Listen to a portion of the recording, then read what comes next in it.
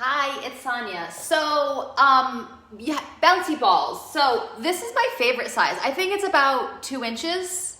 I think this is a 1 inch. This gets in more specific, but if you can get like a 2-inch ball, and then people just give me things because I have them. So here's a bigger ball, but this I feel like moves too much, and you can always do it on carpet. But what you're gonna do with your feet is you can stand or you can sit. Maybe start sitting. Now, pain is not good if you're gonna cause more irritation, more inflammation. So you wanna hold and sink into it and just be cautious the first couple times. If you have something diagnosed like a tear, you might really wanna be cautious with this. Also, if you have an issue, leave that specific spot alone and maybe work around it to see if anything else could be causing where you're feeling the pain. So I just have the ball, look at the foot a little bit. So see how here's the bone. I like to really get in here. This is where my feet hurt. This is where the plantar fascia is. And when you start to get more inflammation, that's when fasciitis happens.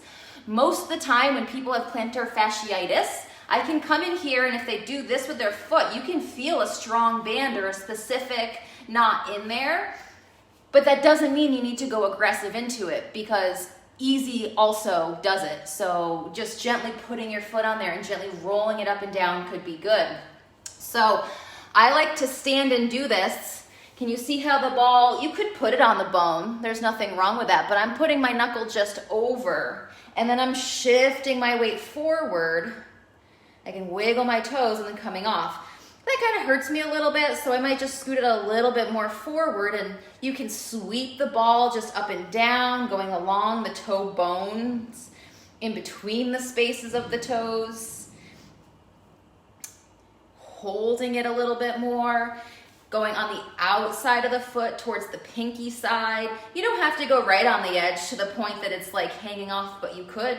I like to not see the ball and really get underneath the foot. Then there's the heel. Do in front of the heel, do across the heel, move it across like this.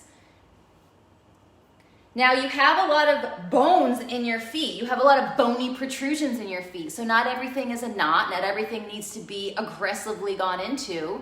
But even if I'm just putting my weight forward on here and coming back and forth, I think it feels amazing. My feet really hurt if I don't do something about them, and I know a lot of people have this issue because every time I talk about feet, people reach out. So the other thing I just got was Super Feet inserts. These are just Skechers. These are just my studio shoes. I have to wear shoes throughout the day. It just hurts me too much if I don't. But I got Super Feet. I've tried other inserts. I really like these. I had to cut them in here, but it's taking me out of the balls of my feet and putting me back in the heels, and it's actually a lot less work, but my back has just been burning and it doesn't feel good, and I'm just more exhausted at the end of the day. And as soon as I just put inserts in and I roll my feet out, because your foot could weaken if you're just supporting it in some sort of brace. So my agreement is you do work to your body to help the fascia, to try to change it, to try to strengthen it. And then hopefully that'll help shift any pain. But just roll up and down the foot, circles, trying to, work on your toe strength, pick it up. You can try the smaller ball, but sometimes you don't feel it as much. So it's just any bouncy ball. I've also seen it done with a pencil. So hopefully this helps